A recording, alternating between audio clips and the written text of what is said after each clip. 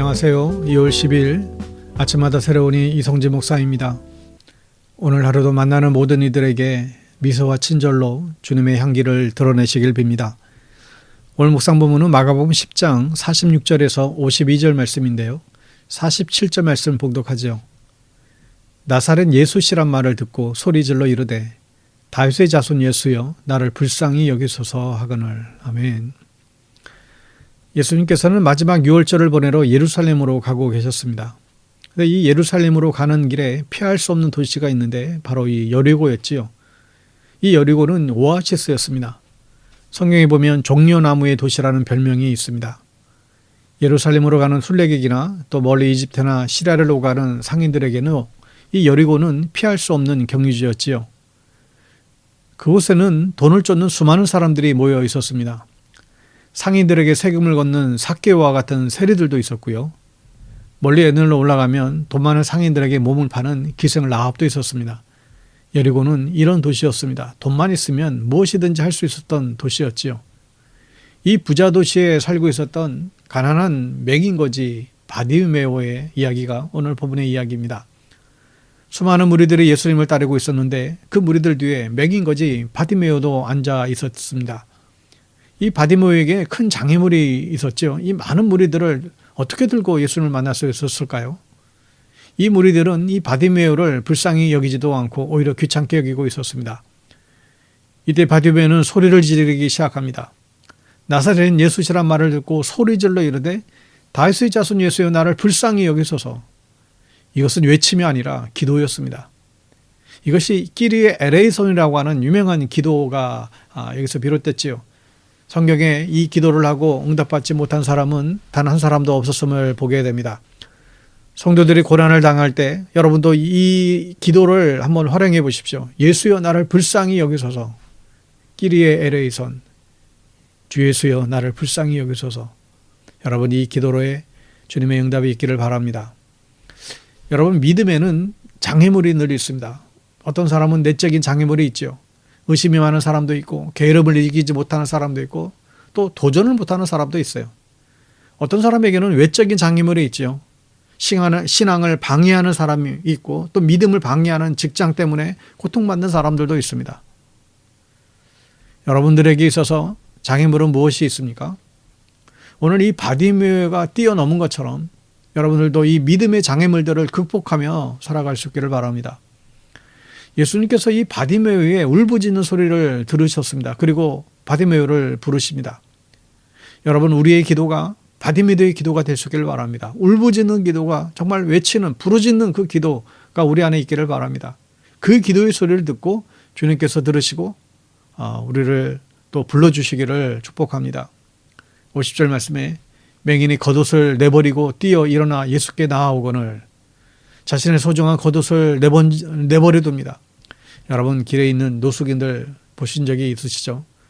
보통 노숙인들은 한여름에도 겨울 옷을 입고 다니는 분들이 많습니다. 그러니까 그들에게 있어서 옷은 그냥 옷이 아니고 추운 겨울에는 이불이 되는 옷이기 때문이죠.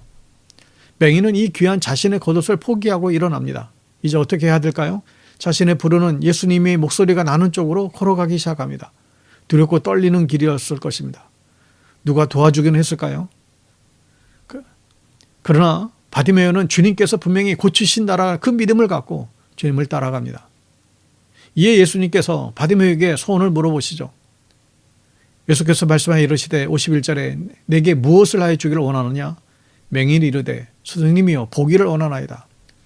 너무나 뻔한 질문을 왜 하셨을까요? 주님께서는 병 고침보다 이 믿음의 고백을 원하셨던 것이죠. 여러분 믿음은 고백을 먹고 삽니다. 오늘도 믿음으로 주님께 여러분 고백해 보십시오. 바디메오는 지체 없이 자신의 소원을 고백하죠. 여러분 이 아침에 주님 앞에 우리의 바람과 우리의 소원을 고백할 수 있기를 바랍니다. 51절에 예수께서 이르시되 가라 내 믿음이 너를 구원하였느니라 하시니 그가 곧 보게 되어 예수를 길에서 따르니라. 예수님께서 놀라우신 능력으로 이 맹인의 눈을 고쳐주십니다. 그런데 이 고침의 말씀이 너무 놀랍지요. 이건 분명히 예수님의 능력으로 고침을 받은 것입니다. 예수님께서는 이 고침의 능력을 자신이 아닌 이 맹인에게 돌리고 있죠. 너희 믿음이 너를 구원하였다. 여러분 주님은 우리의 믿음을 보시는 분이십니다. 온전한 믿음을 갖고 우리가 살 수 있어야 할 것입니다. 믿음이 없이는 하나님을 기쁘시게 할 수가 없죠. 오직 믿음으로 우리는 구원받을 수 있습니다. 오늘 이 바디메오 맹인도 바로 눈을 뜨게 되었는데 이 믿음으로 눈을 뜨게 된 것이죠. 그런데 사람들이 이 기적을 보고 놀라움에 입을 다물 수가 없어요. 그런데 더 놀라운 일이 벌어집니다.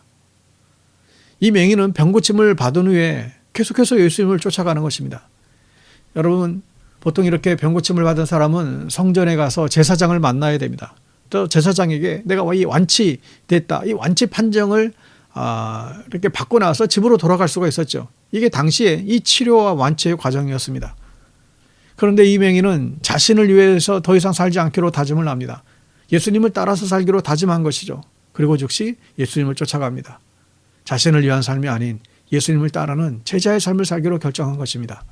그리고 성경에 그의 이름을 남기죠. 바로 이 바디메오, 디메오의 아들 바디메오, 예수님을 따른 주님의 제자. 사랑하는 여러분, 우리 모두가 이 바디메오와 같은 사람이 되시길 바랍니다. 믿음의 장애물을 극복하십시오. 주님 앞에 우리의 믿음을 고백해 보십시오. 그리고 주님을 따르는 또 제자가 되길 바랍니다.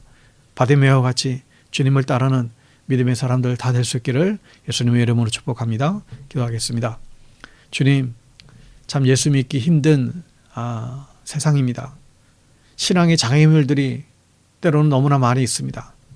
이 장애물들을 바디메오처럼 굳건한 믿음으로 이길 수 있기를 원합니다. 주님, 우리에게 믿음으로 도전할 수 있도록 용기를 주십시오. 장애물 앞에 무릎 꿇는 약해 빠진 믿음이 아니라 바디메오처럼 도전하고 성취하는 믿음의 사람이 되게 해 주십시오. 주님 또한 이 바디메오의 순종을 본받기를 원합니다. 자신의 삶을 버리고 주님을 따랐던 이 바디메오처럼 우리도 나 자신을 위한 삶을 버리고 주님을 따르는 주님의 제자로서의 삶을 살아가게 하여 주시옵소서. 예수님의 이름으로 기도드립니다.